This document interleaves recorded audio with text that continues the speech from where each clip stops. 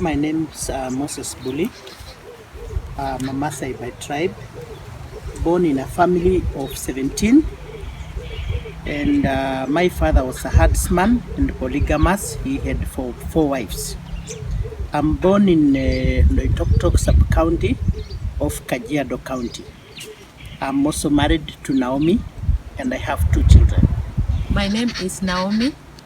Moses is my husband. I come from Kajiado County. I'm a mother of 2. I come from a family of 11 children, who are 4 are girls and 7 are boys. I grew up in Loitoktok. My parents came from another county, so we settled in Loitoktok. And back in 1995, I got married to Moses. Fine, thank you. I had a very difficult experience going to school. Like with the Maasaï culture, many years they didn't like to take their children to school, and so my father was. And during the time when the government intervened for us to go to school and leave the work of taking care of animals, my father did a selection and he chose my elder brothers to go to school, and I remained at home as a keeper of the family animals. Now, I went to school. The time came when the government insisted, and I had to go to school when I was in the age of 13 years. And so, to begin education was very difficult for me. And after I started, I had challenges because my father could not fully accept on educating me, besides also having some financial difficulty for me to go to school. So I really struggled a lot to get my education. So I got educated by, I got supported by well-wishers who supported me. Who is this? Well-wishers, people who sympathize with my situation, and they sponsored me to go to school.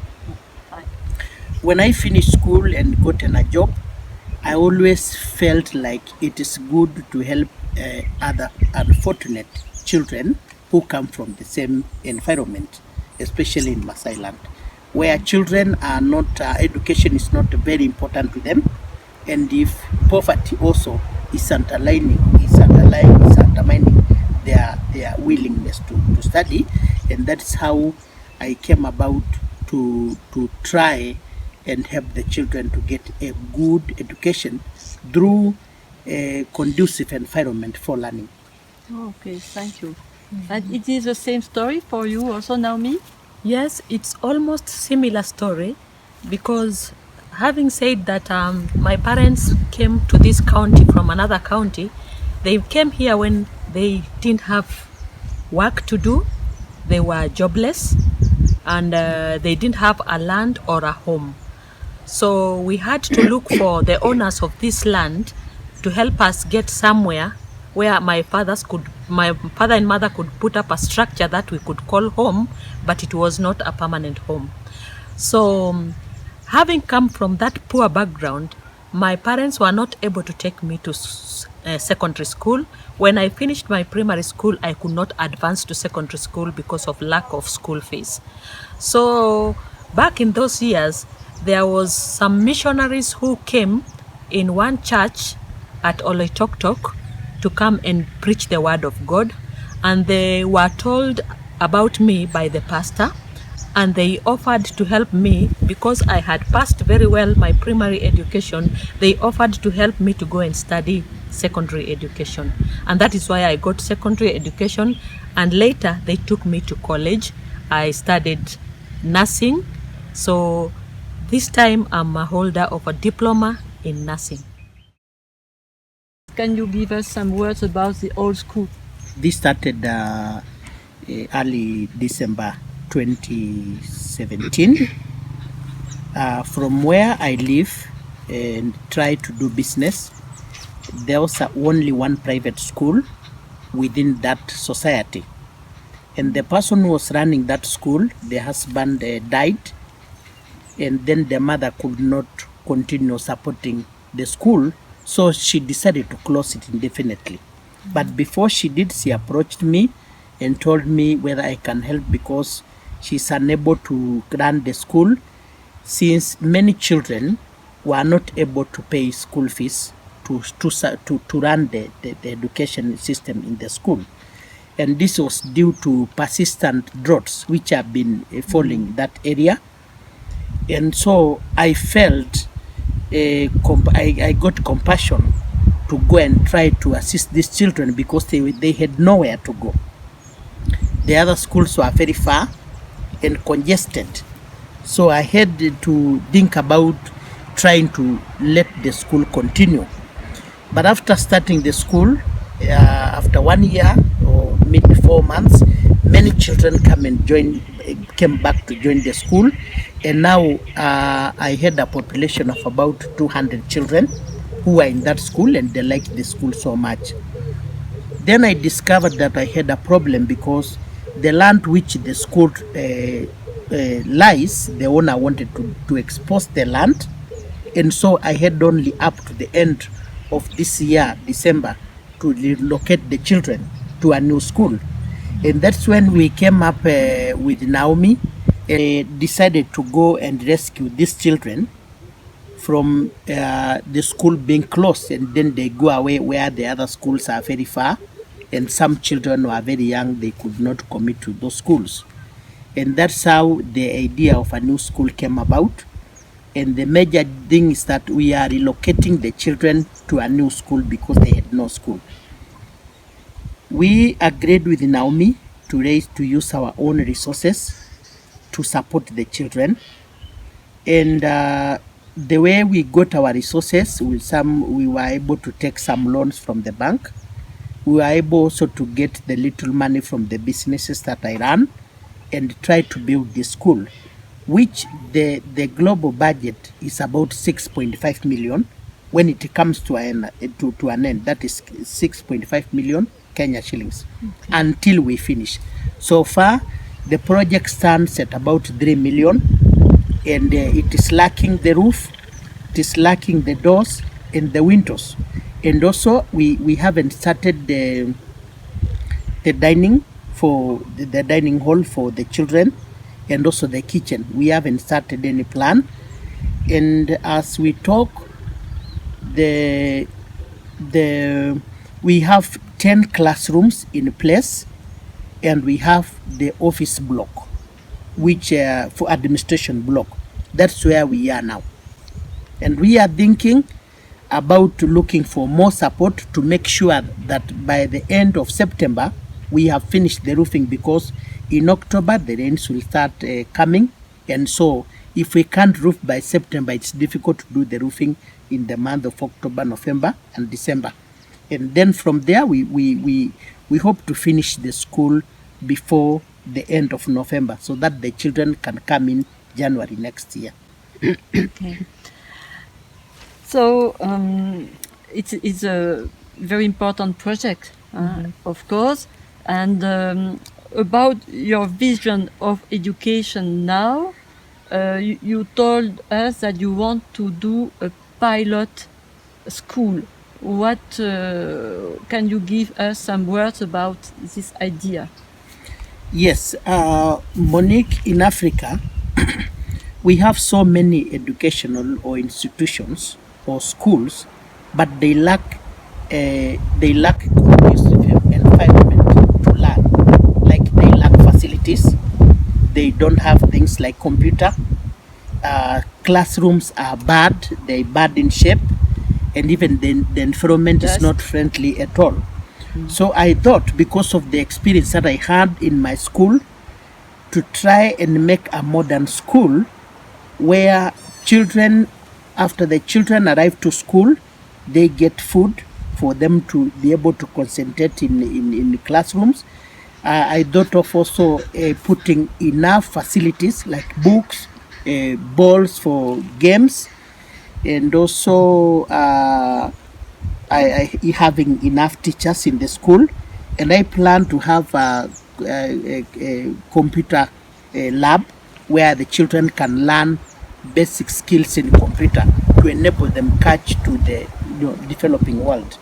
So that's what I'm thinking about, a pilot school, where in the whole area there's no school like that one, and children will have preference because once they arrive school, they find everything is set up, and I think in that they cannot suffer. They can learn at their young age and be able to catch up when they grow up. Yeah, I feel the same thing because it's actually our idea together to be able to help these children to have a more modernized way of study so that they can catch up with the new world, because we are, just like Moses said, we are moving from the analog world to the digital world, the computers, and if the children are given this at an early age, it will enable them to know and learn more in future. So we are together in this. Yes. Yes. And we were thinking also to have a good environment, to plant trees, to do some things like that. Okay. Yes, so we are thinking of that. Even now, as the classes have begun coming up, I've also started some small program at home. I've planted a few trees that I will shoot them from home where I stay to the school, so that the ground and the compound will be very good with trees and playing ground for the children, and they'll be happy. And without dust. Without dust, and they will enjoy. Yes. Okay, thank you. And Naomi, as Moses was talking about the global budget, can you tell us what you have done yourself for helping to that construction? So I had earlier said that I work as a nurse, and I'm employed by the government.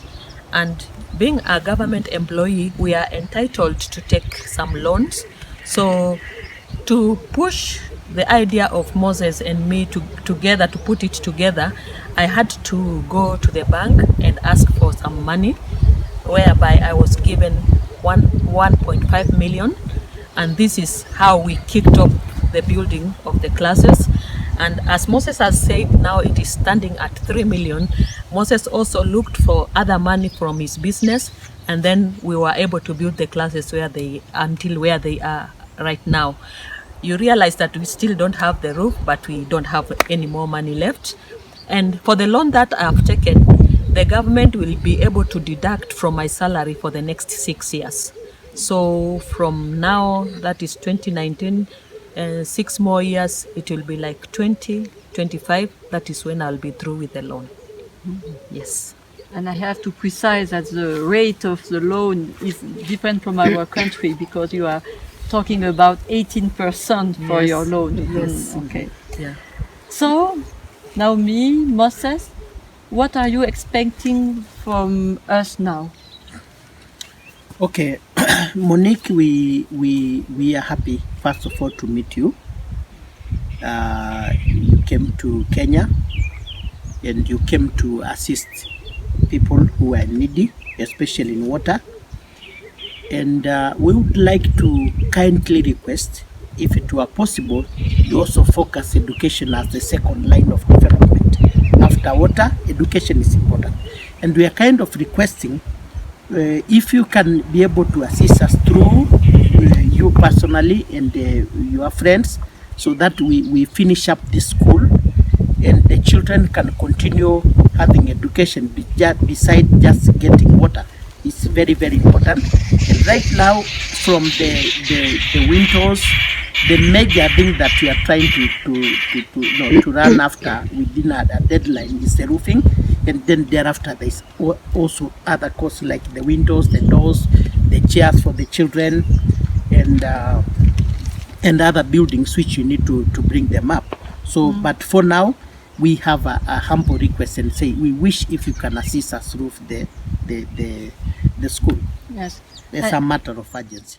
I'm inviting volunteers, if they can come to work with us, so that they can help us develop things like IT, technology, information technology, and maybe other skills like games for the children, and maybe some things like arts. They can help us, and we really appreciate, and we are ready to accommodate and accept them. Okay, fine. And Naomi, the same thing.